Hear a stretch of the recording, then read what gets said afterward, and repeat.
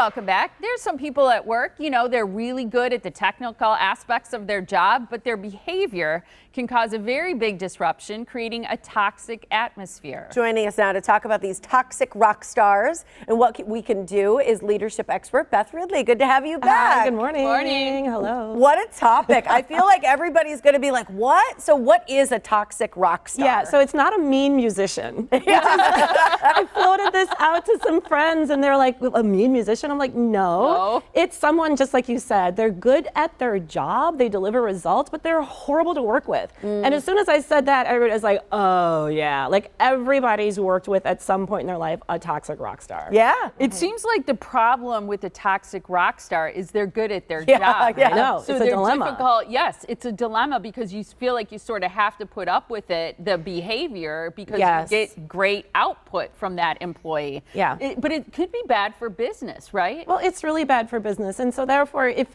it's not just what you do, it's how you do it. And the how matters. So if you're not treating people well or decently, then you're actually not good at your job because it leads to bad morale on the team.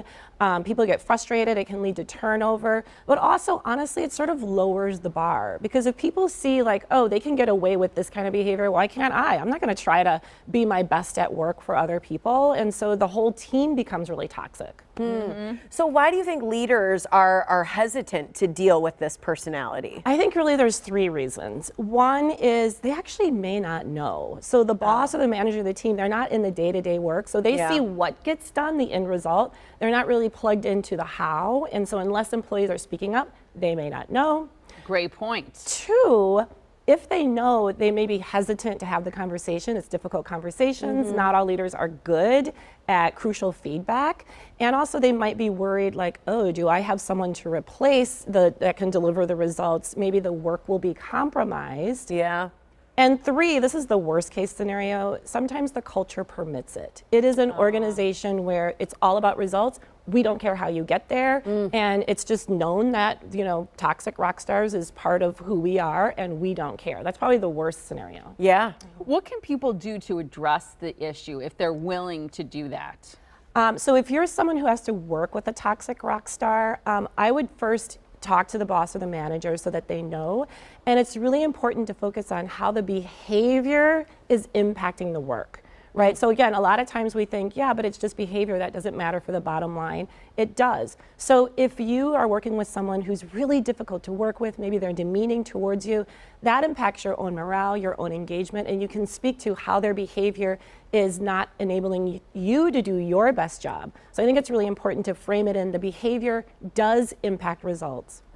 Can you coach or mentor or train toxic rock stars? I think coaching is always a good idea because there is a reason why someone is behaving in a less than professional way at work. I don't know what those underlying reasons are, but a lot of times coaching can help with that. Maybe they're very frustrated and they're not dealing with their own stress and anxiety.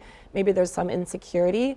But I think the most important thing is to actually provide that feedback because a lot of people aren't self-aware enough to know how they're coming across, how other people experience working with them. It seems like it goes hand in hand. Yeah. If you're a toxic rock star, you're probably very unaware of You're it. very unaware. And so that's why I think 360 feedback is really good.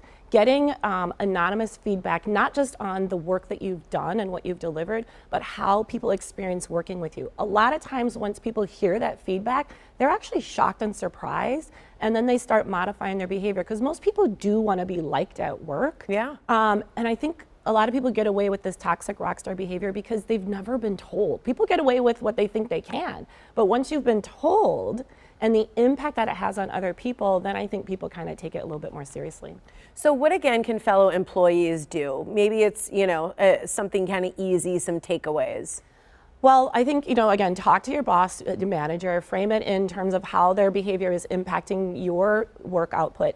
The other thing is, if you feel that you can have an honest conversation with the employee, you can try. That may not go well because, again, they're toxic. So at that point, I think you have to preserve your own resilience and well-being. Yeah. And that might mean limit the degree to which you have to interact with someone so they're not Boundaries. Yes, boundaries, exactly. It's fair to say, though, that evaluations should be based on both results and behavior, right? 100%. And I think for the amount of money that you pay employees, it is not hard to find someone who's good at their job and pleasant to work with. I mean, that should be what it means to be good at your job. Both what you do and what you get done, but how you do it really does matter. Love it, Beth. Good Thank to see you you. so much. good to Yeah, see you. wonderful to see you.